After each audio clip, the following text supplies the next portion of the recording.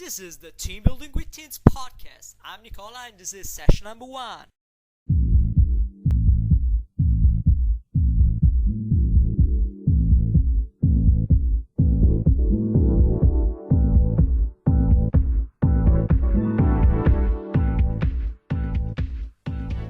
Hey, what's up? Welcome to the first Team Building with Teens podcast. This is going to be the first episode of a series featuring some great team builders around the world to offer you tips and ideas for your team building activities. These guys have been working with teens since a long time and have really a lot to tell us. Today we have Jud Millar on the show. He has been the director of an overnight summer camp for teenagers located in Pennsylvania since 2001. He's been working for life with teens and is here today to offer his best ideas and to help us understand what team building is and how it works. So let's give him the floor. My name is Judson Millar, and I am the director of Stone Mountain Adventures, an overnight summer camp for teenagers ages 12 to 16 located in central Pennsylvania. I have been the director of Stone Mountain Adventures since 2001. However, my journey to camp started long ago because my parents, Pam and Biff Holden, started Stone Mountain Adventures in 1983 when I was 10 years old. So as a 10-year-old camper, I attended Stone Mountain Adventures. I was a camper until I was 16, and then I was the barn hand and the assistant cook and then a counselor for a number of years. And now I am the director of Stone Mountain Adventures. As the director of Stone Mountain Adventures, I wear many hats, as you can see. My main job is to keep people safe. And in Stone Mountain Adventures, we talk about keeping campers and staff safe on the outside and safe on the inside. Keeping kids safe on the outside is relatively easy. You got to wear a helmet when you're mountain biking. You got to wear a PFD when you're canoeing. You have to wear a seatbelt when you're in a van. Keeping kids safe on the inside is a little more tricky, and that's when we talk about sort of the art of being a camp counselor. What's life like at a teen summer camp? What's life like at a teen summer camp? Life at a teen summer camp is crazy and exciting and loud, and people make friendships that last a lifetime, and kids really connect with the staff. The age group that we work with, 12 to 16, is a fantastic group of kids to work with. They really are passionate about what they're doing, and the counselors are fantastic. I spend a lot of time with teenagers and a lot of time with big kids, our staff. We run a residential program, so our kids are here for 2 weeks at a time, and we run 4 2-week programs. As I talked about before, helping kids to make that transition from feeling new to feeling connected is the key to growth. Because until they're connected, until they feel safe on the inside, until they know that people care about them, there's no chance that those lofty goals we have of improved self-confidence, of growth experiences, of leadership opportunities can begin to take shape. So we use team building activities from the first moment that campers arrive at camp. We always say that the first 2 minutes, 2 hours, and 2 days that a camper is at Stone Mountain Adventures is critical to making them feel really connected. So we use it from the very beginning all the way through because it changes. You know, what really works one day doesn't work the next day, or a person has left camp and the dynamic changes. Well, that's a good question. I think the goal of a game is to have fun. And the goal of a team building activity, depending on which one it is, having fun is part of it, but there's a larger picture going on there. So I think that's part of it. So there's what we call warm-up activities, where we're just trying to get kids excited. Because in order to get to the more meaningful team building activities, first we just got to get them laughing. We got to get them warmed up. We got to get them excited about what they're doing. So you can use games to get kids warmed up. And then once you get them warmed up and they're excited about what they're doing, and maybe they've touched their friends a little bit through some of the games, then you can start to move on to some of the higher level activities where they have to work together and figure out how to find their voice and how to speak up, and then how to work together as a team, and how to try to problem solve a situation and maybe fail and then try again and then maybe succeed. And as you do that, you start to develop, leadership qualities start to come out, and trust starts to be built. So in conclusion, is there a difference between a game and a team building activity? Games can be team building activities in warm-ups, yes.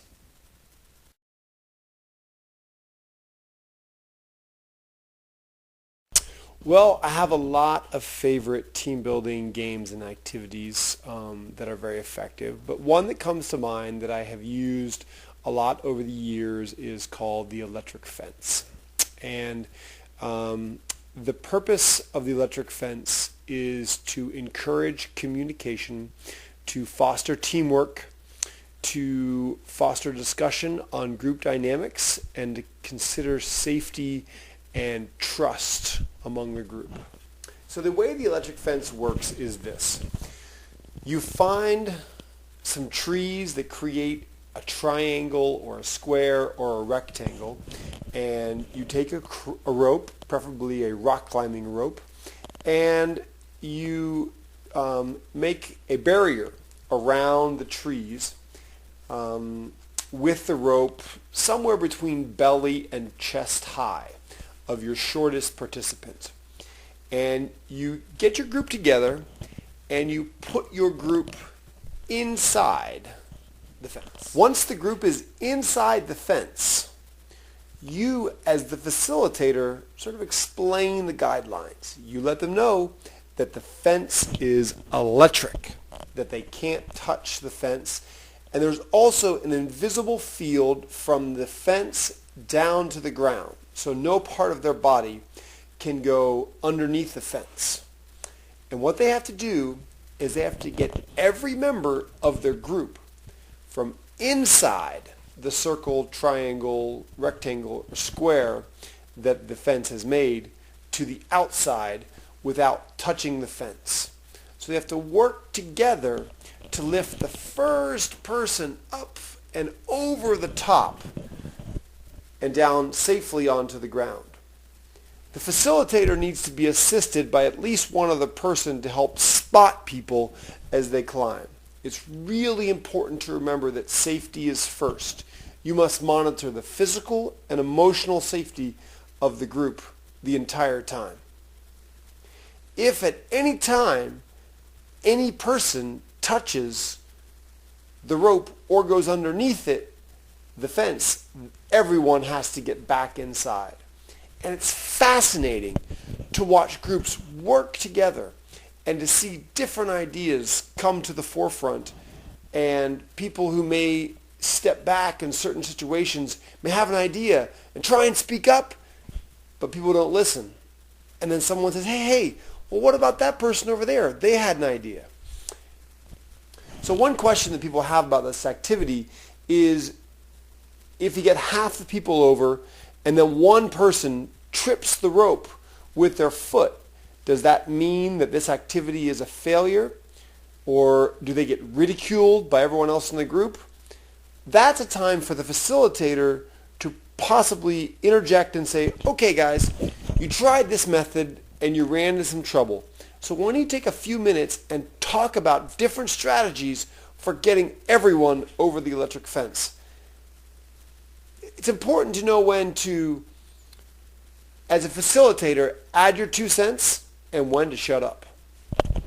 Once the electric fence activity has been completed and everyone has made it to the other side, there's a real sense of relief and excitement when that final person makes it over, and there's often high fives and kids get really excited. What's important to remember as the facilitator is that just because the activity's over doesn't mean that your role as a facilitator is over. In fact, it can just be beginning. And there's lots of opportunities for discussion and reflection about what it was like while the activity was going on. Some of those questions could be, what were the challenges of this exercise? Or what assisted the group in reaching its goal of getting over the fence? Or what hindered the group in achieving its goal? Or how did you react when someone touched the fence and you got sent back over? Or can you talk about the planning process that went in to getting everyone over the fence? Or talk about the communication that went on within the group? Did your approach change as it went on? And if so, how? Games of tag can be incredibly exciting for people of all ages just because it gets them moving and it's a great sort of warm-up activity. The way that it works is that everybody finds a partner and you need to set up a very specific boundary, relatively depending on the size of your group, and each participant is trying to tag his or her partner. Once this has taken place, the partners switch roles. So make sure you again establish a boundary large enough for everyone to have free movement within that group. Once the partner, everyone has a partner, I usually have one group be, one partner be a banana and the other one be a mango.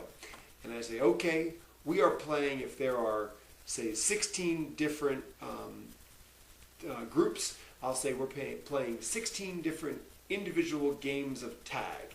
And the mangoes are it first. And once the mangoes catch, the oranges or the bananas, then they become it. And it switches back and forth.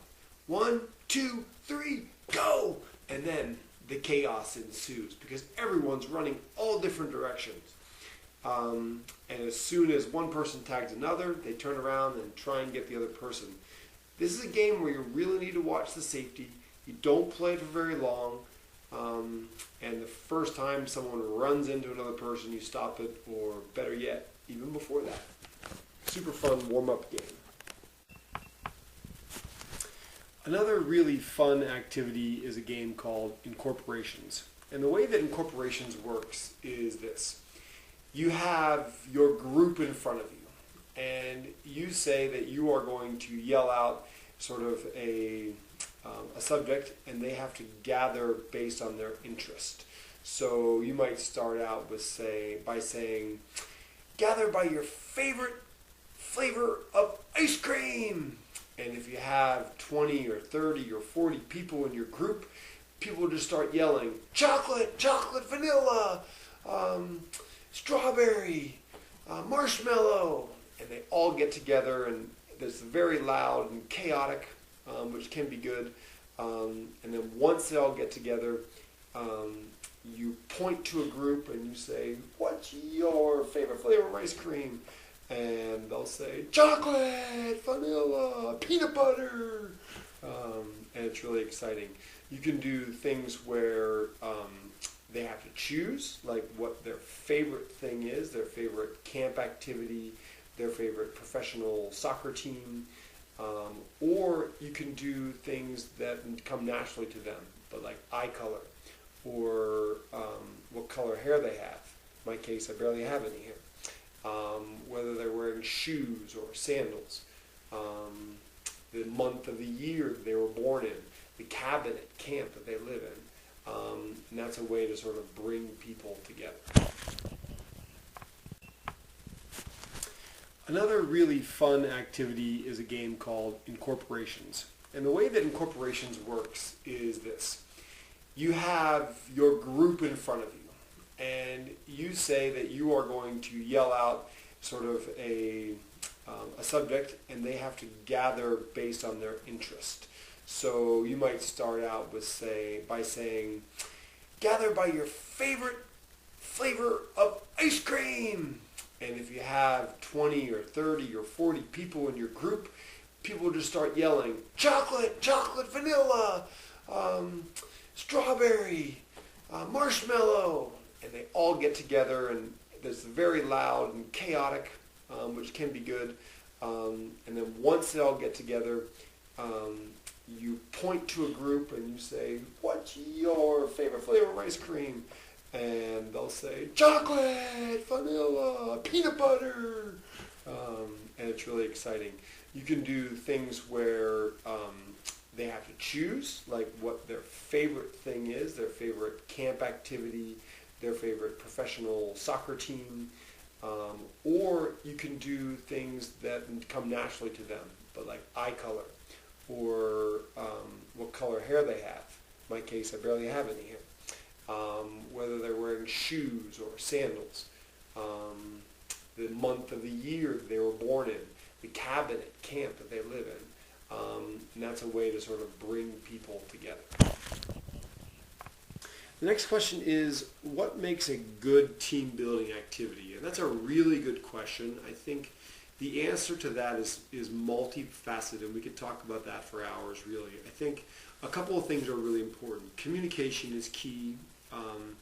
Having a facilitator who can communicate the directions effectively. But more importantly, equally as important as that, I think, is the sequencing of team building games and building up to different events. The electric fence that we talked about earlier, I wouldn't start with the electric fence. I'd start with maybe chaos or New York tag, and then do incorporations. And you're sort of warming the group up to get them to a place where they feel comfortable with each other. They've laughed together, like we talked about in the beginning. They know each other's names, and this is even important for groups who have been together for a long time. They need to get warmed up to you and to each other before you challenge them. So I think sequencing of events, of team building games is really important. Communication from the facilitator, and just paying attention to the body language and the words of what people are saying, all the communications that's going on, and taking the opportunity for leadership and the opportunity to, when you see a teachable moment, that you stop it, you stop the activity, and you ask a few questions. And then the other thing that's really important with the facilitator is the debrief at the end. Some of those things we talked about. Get them to reflect on what it was like to be in that activity, what it was like to go over the fence, to be up in the air, and come down on the other side, or to be presented with a team building problem that they didn't think they could solve, but in the end they were able to work together and come up with different ideas. So those are some things that are really important when you are facilitating a team. The principles are the same. You want to communicate effectively. You want to keep people safe on the outside and safe on the inside. You want your sequencing of events and team building games to build from games that are just fun to games that develop trust and leadership opportunities.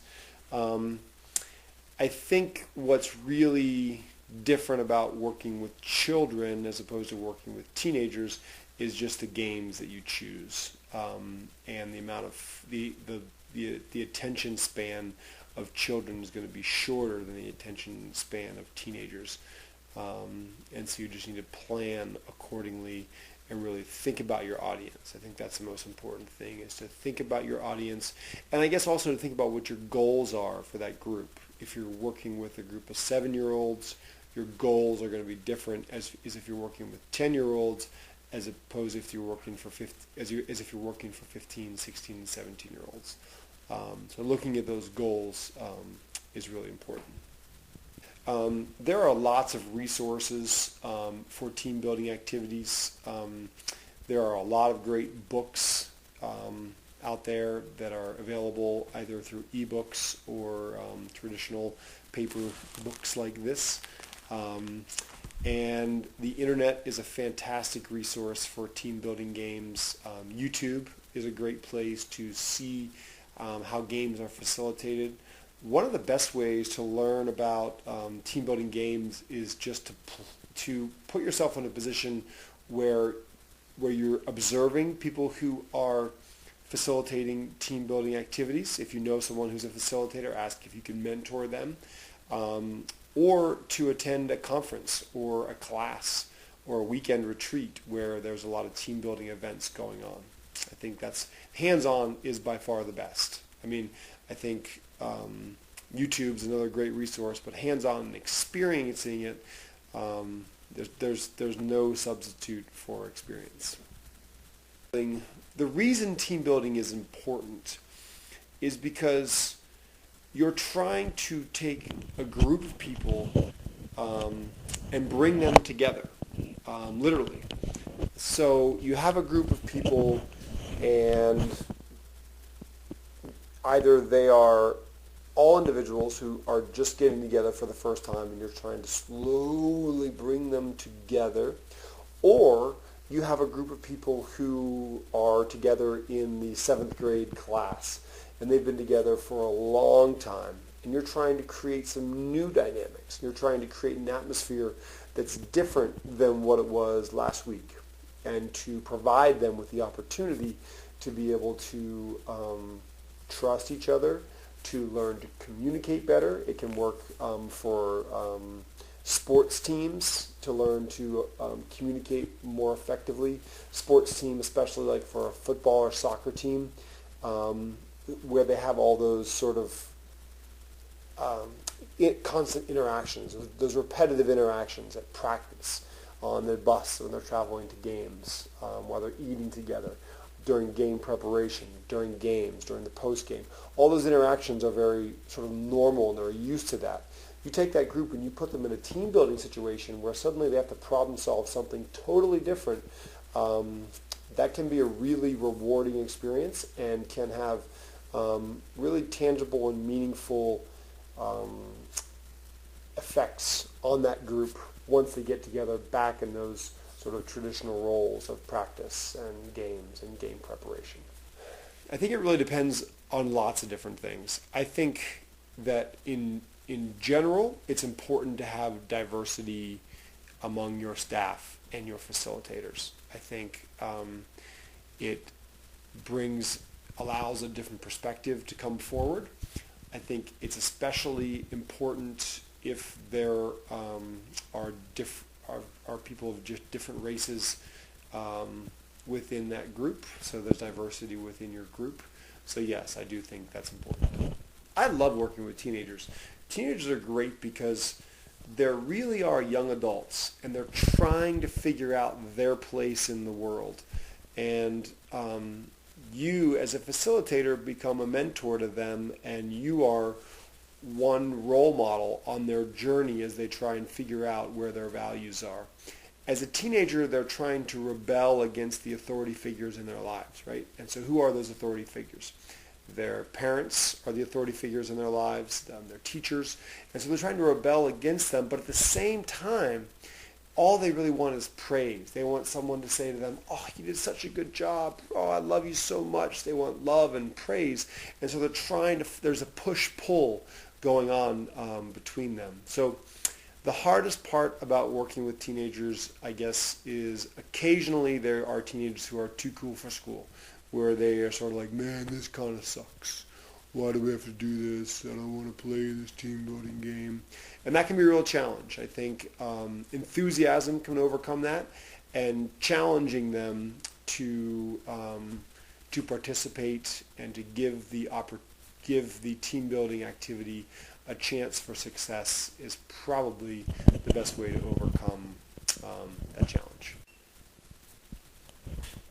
So that about wraps things up. Team building is an essential part of what we do here at Stone Mountain Adventures. This will be our 33rd year of running Stone Mountain Adventures. Again, my parents started Stone Mountain Adventures when I was 10 years old, and now my wife Ann and I run Stone Mountain, and we have 2 young kids, Wyatt and Molly, who are awesome. And We use team building in one sense or another in the first 2 minutes, 2 hours, 2 days that a camper is at Stone Mountain, and it's really effective in helping them make that transition from being a new camper to feeling really connected to our community. And once they feel connected, that's when those growth experiences can begin to take place. So we'd love to have, if you have any interest in learning more about Stone Mountain Adventures, our website is sma-summers.com. SMA is the acronym for Stone Mountain Adventures.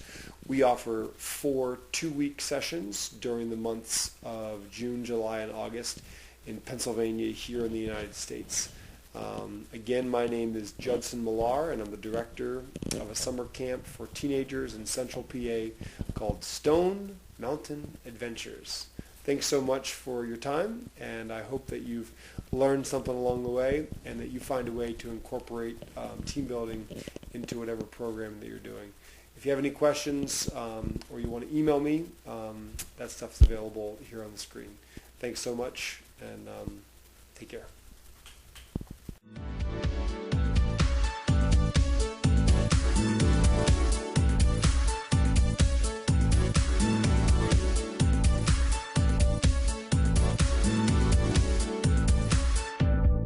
Thank you, Jude, for spending time with us to share your ideas about real and effective team building activities. A lot of fantastic, unique tips that we have from Jud Millar. If you're planning holidays for your kids, check him out. You can find a link to his site at the end of the article. If any of you listening has some experience with team building, I encourage you to send me an email to teambuildingwithteens@gmail.com so that I can have you in the next episode. If you like this podcast, I recommend you to like teambuildingwithteens.com on Facebook, add me in your circle on Google Plus, and follow me on Twitter to let me know you want more of these episodes in the future. The same goes if you have any advices or questions for the next session. I hope you enjoyed today's show. Check www.sma-summers.com using the link below. Give Jude a shout on Twitter to let him know how much you appreciated him. His name on Twitter is @StoneNTNADVUNTRS. You can find a link to his Twitter account at the end of the article as well. Thank you, Jude, for your time. It's been an amazing experience for me to realize this first session. I'm eager to create a second episode. Thank you everybody for listening. Cheers, peace, see you in the next session.